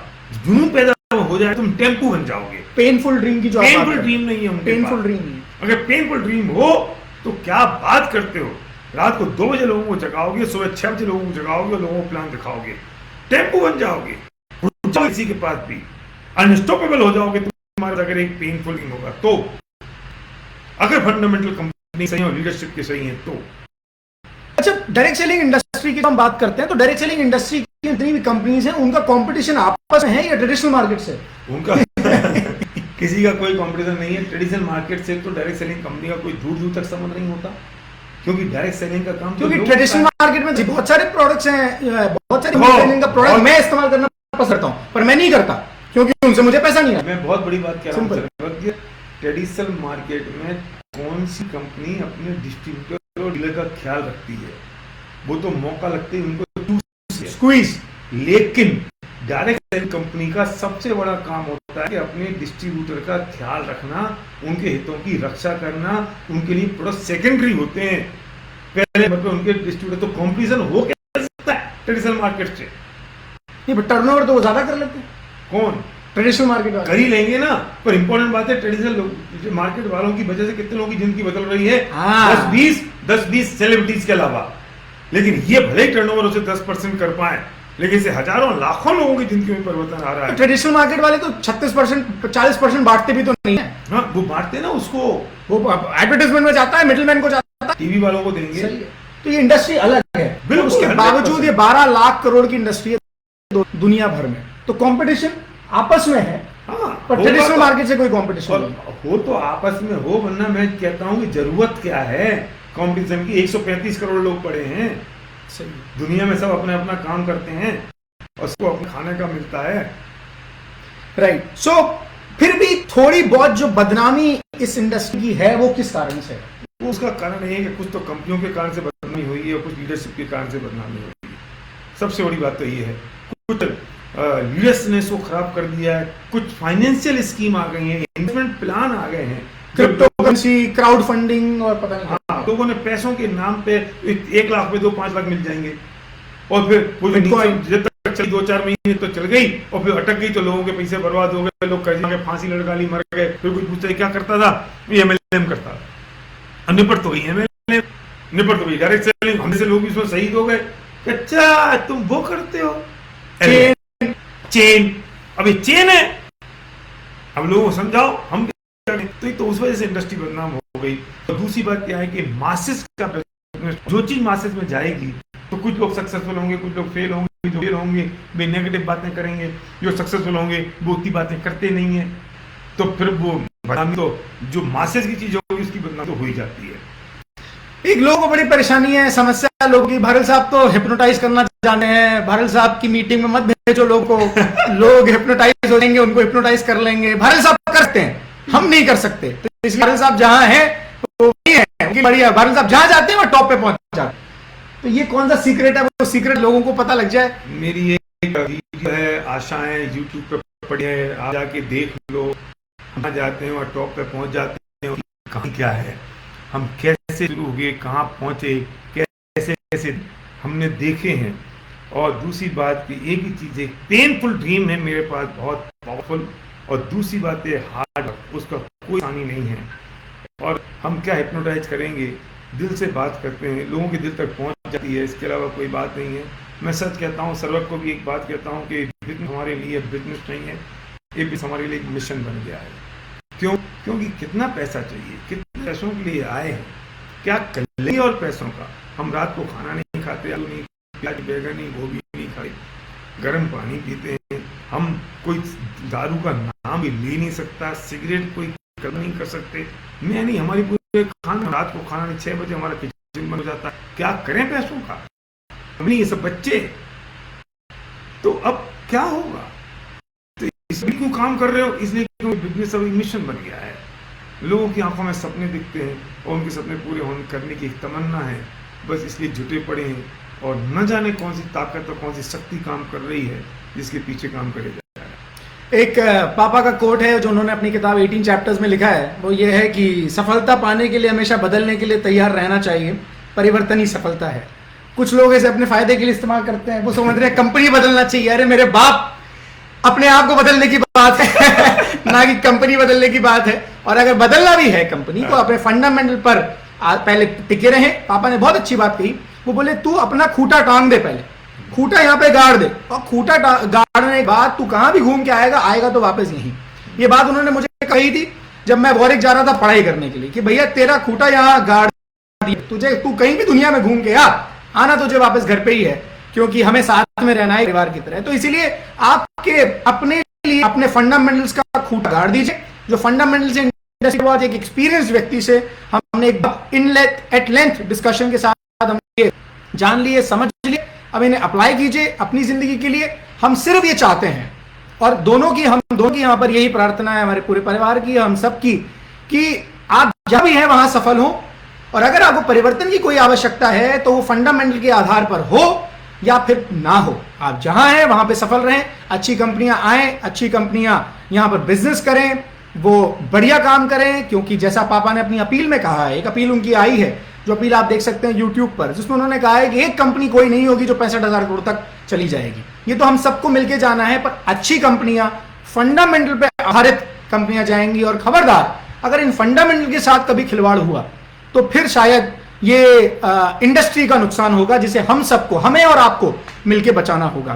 तो इसी के साथ बहुत कुछ सीखने को आज मिला। लोगों ने जाना होगा, समझा होगा सारे फंडामेंटल्स को, कंपनी प्लान, प्रोडक्ट्स और लीडरशिप। और इसी के साथ साथ ये अपॉर्चुनिटी है, ये ड्रीम्स का बिजनेस है, ये कोई सेल्समैन का बिजनेस नहीं है, प्रोडक्ट बेचने का, माल बेचने का बिजनेस नहीं है, ये कोई माल को डंप करने का, बल्क परचेज करने का बिजनेस नहीं है। ये एक बल्क परचेज करना, माल करना एटीट्यूड का प्रॉब्लम है, प्लान का प्रॉब्लम नहीं है।